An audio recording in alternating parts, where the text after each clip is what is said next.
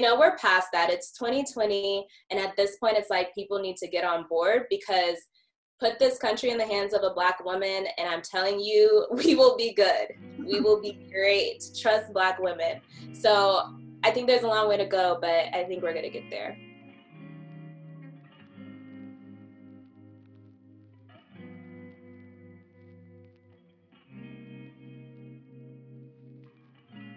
Hello, and welcome to Tea Talks. My name is Sid, and I am the creator of Roots Holistic, a lifestyle brand promoting mindful living. Tea Talks is an intentional space for conversation around mindful living, healing, and liberation. Today, I am excited to introduce my dear friend, Jasmine Rogers. Jasmine is the co-founder of Politidope, Inc., an organization created to educate and mentor our youngest citizens to become informed and active participants in our democracy. Welcome, Jasmine. Hi, Sid. Thanks for having me. Yes, I'm so excited to have you with us today. So I like to start these Tea Talks off just by a check-in. So just a word or two to describe where you're at, how you're feeling today or this past week. How am I feeling today? I'm feeling purposeful, because if I wasn't speaking with you today, I would probably still be in bed. So it was nice to get out of bed, get a little refreshed, put on a lip because it's been a while. So yeah, I'm feeling pretty good today to have something to look forward to and something to do, especially being in quarantine. I haven't had much of a routine lately. Definitely understand that for sure. Well, I'm feeling very excited really to learn, because we're going to kind of dive into a little bit about hopefully our political process in democracy. And so I'm just looking forward to learning from you a little bit today. I would love to start off with just kind of, what is Politidope, Inc.?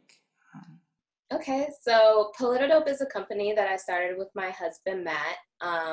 We started it around 2018, but it was really inspired around the election in 2016.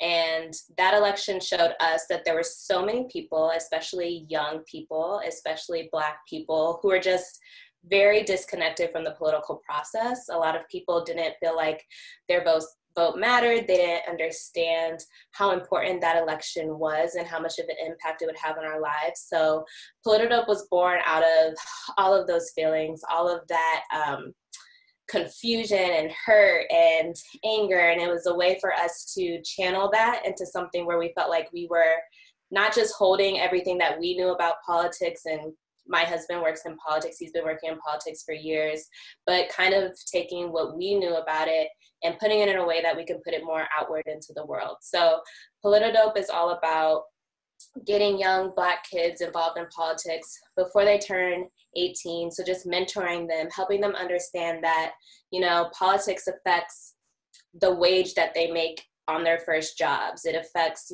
their health care. It affects how good their school and their education is. It can affect their college tuition. And so we wanted to create this mentorship program that just explained to them that when you turn 18, you have a responsibility to be a part of this process, because otherwise other people are making decisions for you. So we're new, we're still growing and still figuring everything out, but it was just a company that we wanted to create with a purpose behind it. Yes. I mean, it seems, one, like a great time to have this out in the world.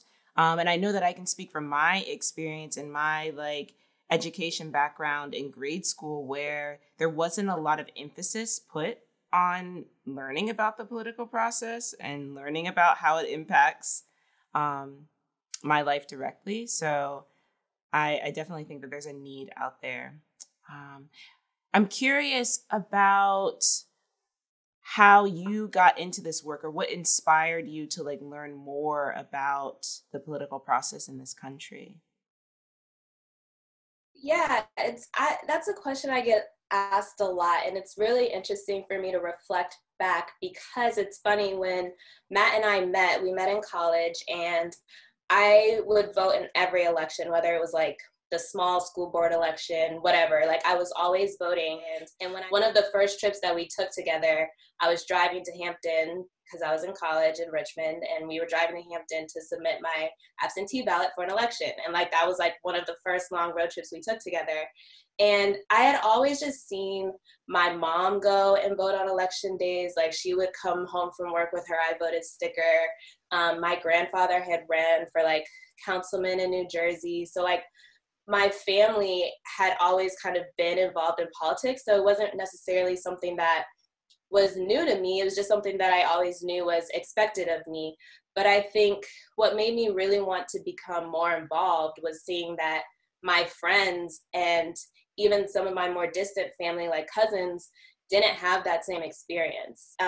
Like I went to a family reunion, and, you know, you're just kicking it with your cousins and hanging out, and they were proud not to vote. You know, it was like, it was a stance that they were taking where they were like, you know, that system wasn't built for me. That system is broken. Like, I'm not going to waste my time. And I think that's what inspired me to be more vocal, because it's like, if my family is feeling this way, or if I have friends that are feeling this way, if I don't speak up and at least share what I know and like the knowledge that I have, then it's just going to continue, and it's just going to be a pattern that continues. And so I just felt like there was a way that I needed to become more vocal and just opening up the conversation, because when you grow up, people tell you like, you know, there's certain things you don't talk about. You don't talk about politics, like you don't talk about sexuality, like there's things that you don't talk about at the dinner table and things like that. And it's like, why not? Like, why don't we? These are important things. These are things that, you know, identify who we are. So why aren't we talking about them?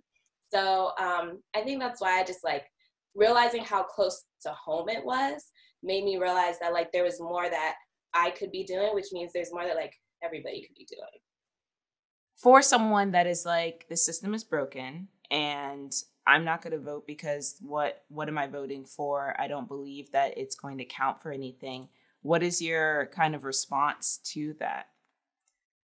I would say, I think, especially what's happening with the movement now, there's been a light shown on how our history was written in a way that certain people looked good, right? Like we didn't learn about truly African-American history. We didn't learn about, you know, the Black inventors and like how much of an impact Black people have had, how we've built this country, right? Like we didn't learn about those things. So when people say like the system isn't built for me, I just feel like it's more coming from a place of like not really understanding everything that from history-wise, like we've gone through to get to where we are now.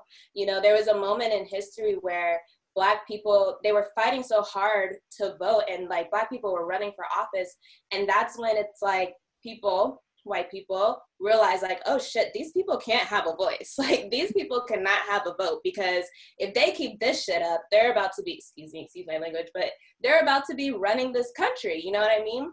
And that's why we have voter suppression. That's why there's a reason why they don't want your vote to count, why they don't want you participating in these local elections and holding these local officials accountable. That's why it's hard for Black people, young Black people, to get the money to even run.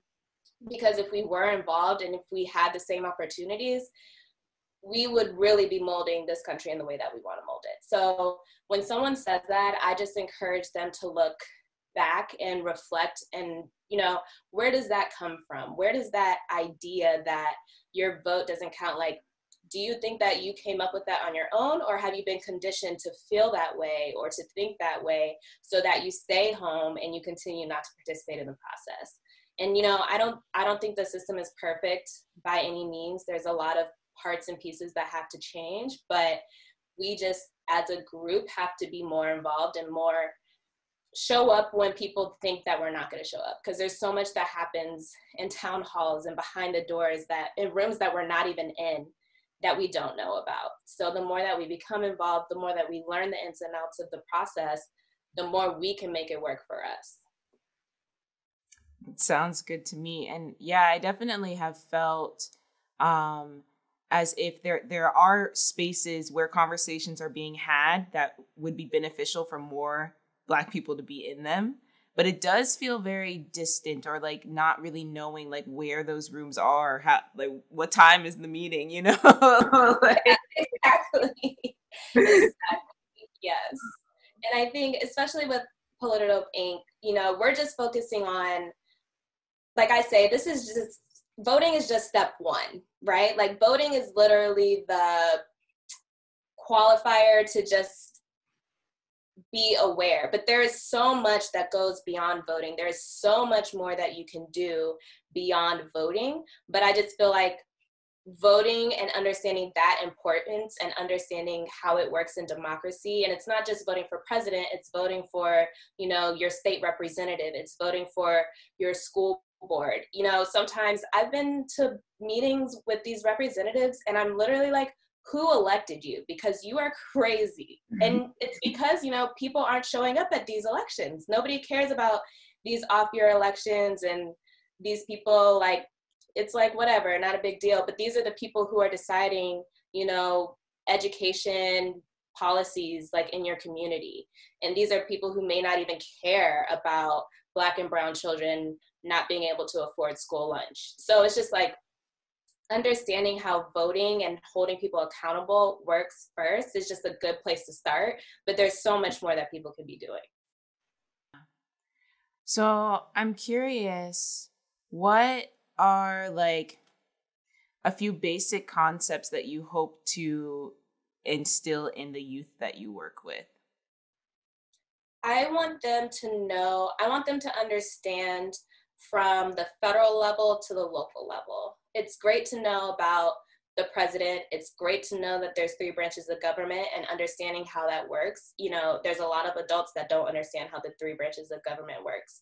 I want them to know that, but I also want them to know that there are local people in their communities who are supposed to care about them, that they are literally elected to care about constituents in their area. And I want them to know their names. There's a lot of kids who probably don't know that they have these local representatives, or don't know when these elections happen, how often they happen. And it's confusing, it's like easy to remember that a presidential election happens every 4 years and you can't miss it. It's on the TV and it's coming up. But we need to know about those off-year elections and what's happening then and what those implications are. Understanding the importance of your governor and what your governor believes, and then understanding what your state government and how your state government works and how they're drafting laws for your state that, aren't going to be impacted by the president. So I really want them to understand that, because I think if more people grow up understanding how important their local governments are, they will have that power to influence and know who to go to when they need something done in their community. Or if they have a change that they want to make, they're going to know the levers to pull, whose office to show up in, what town hall meeting to go to make their voices be heard. So that would be my goal. I think that's not something that, I know I didn't learn that in school. I had to learn it on my own, and I'm still learning it on my own. And so if I can help those kids just at least have a couple steps ahead of where I was before they're 18, then I think that's a success. Yeah, I mean, that's beautiful. And I feel like that education also empowers youth to feel like even being involved on the other end, like running for different offices, is accessible. Absolutely. Because why not? You don't have to be a lawyer to run for office. All you have to be is a citizen who cares about their community. That can be anyone. That can be a trash man. That can be a mailman. That could be a nurse. All you have to be is someone that cares about the people in your community, and you want to make sure that the policies and the rules and regulations in your community are benefiting everyone. And so encouraging people to understand that, maybe we will get more diverse people wanting to run for office, and that's only a good thing. I truly believe that it all starts with starting with your network and starting with your friends and your family, and encouraging them to reach out to their friends and their family. And I'm sure my friends think I sound like a broken record, but I'm going to continue to say this election is huge. This election is important. Everyone needs to show up on election day, and we all need to know what is it that we need to do to make sure that our voices are heard. And so for Politidope, we're going to focus on making sure people know all of their registration deadlines, that they know if their state is voting by mail, what do you have to do to make sure your ballot is submitted by mail? If the polls are open, making sure that you know how long, what the hours are, ways to still be safe, and things like that. So we're going to make sure that we're just consistently pushing out that information and making sure that people know how important it is to make sure that you're ready to go, ready to vote on election day. And then, you know, the rest is in God's hands, as I can say. I'm curious about your thoughts around voter suppression and what it's looked like in the past for Black people and people of color and what it's looking like now, so that people can just cultivate an awareness so that we can see and notice and know voter suppression when it's happening. Yes, you know, voter suppression comes in many different forms, and sometimes it's not as easy to notice. I think a few years back, I think something that was very obvious was when they started implementing having to have a certain type of ID. It used to be that you could just have, you know, a photo ID, but then it became that it had to be a state issued ID. And, you know, you'll see disproportionately that it's, you know, Black and brown people who may not have those IDs either because they can't afford them or they don't have licenses or things like that. And so that was a way to keep people from being able to vote. If you take it back even further with like poll taxes and, you know, it's not as blatant now. They're not making you count the amount of gumballs in a jar in order to vote. But now it looks like, you know, long lines in counties that are primarily Black and brown where they want people to leave and not be able to stay in line. Or, you know, not even having election day as a holiday. There's people who can't take off of work because they cannot go vote. Like they think that they need to go to work when I believe it's illegal for your employer to punish you or fire you for going to vote. But a lot of people don't know that.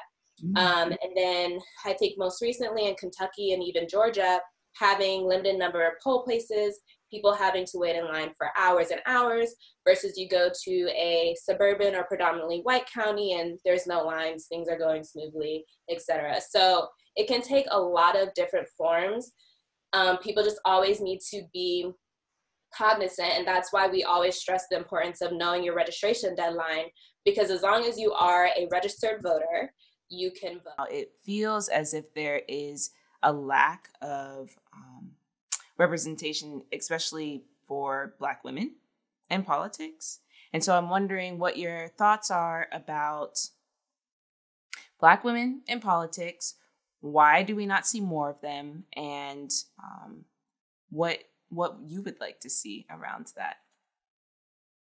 I think that's a really good question. I think, you know, what comes to mind is that the Black woman is such a strong woman, a smart woman. Like, we are thebomb.com. But for so many years, we're just continually suppressed. And so when you have a strong Black woman, we can say Kamala, for example, you know, it's immediately she's too aggressive or women are too emotional or things like that. And so we never have these true opportunities to rise to power. I remember when Kamala announced her presidential run, I was like, as much as I would love a Black president, I know that this country is not going to go for that. And it has nothing to do with our qualifications. It has nothing to do with how smart we are, because I'm telling you, we are far smarter than a lot of these people that we have in office. But it's really the perception of Black people, and then you put a woman on top of that, and we often have to continue to strive and prove ourselves. Right. And the work that you are doing in trying to educate the Black community around this whole process inevitably will help. Like, if more of us are voting, more of us can get into spaces that we need to be in. Exactly. And I think that's something that Michelle Obama did a really great job of just encouraging young girls to just use their voices and not have to feel like they have to be timid or have to be more quiet or, you know, make themselves look stupid in a room full of men. Like, you know, we're past that. It's 2020. And at this point, it's like people need to get on board, because put this country in the hands of a Black woman, and I'm telling you, we will be good. We will be great. Trust Black women. So I think there's a long way to go, but I think we're going to get there. Yes, I love that. End note. Trust Black women. Yeah. Trust Black women. Oh, well, thank you so much for taking some time out to share your information, your knowledge, and about your business that you're creating with your husband. Where can people find you all? People can follow us on Instagram at Politidope Inc., PolitidopeInc. And then you can also visit our website, politidope.com. That's where we'll have a lot of the voter registration deadlines and things like that. So we'll be sharing a lot leading up to this November, and we'll also be putting out some different ways that people can virtually knock doors and get out the vote. So stay tuned for more. That's wonderful. And I definitely want to have you back on as we get closer to the election, just to talk about things that are showing up, because we know that things will be showing up as we get closer in. Thank you all for joining us today for this Tea Talk. As always, tune in next Friday for a new Tea Talk episode.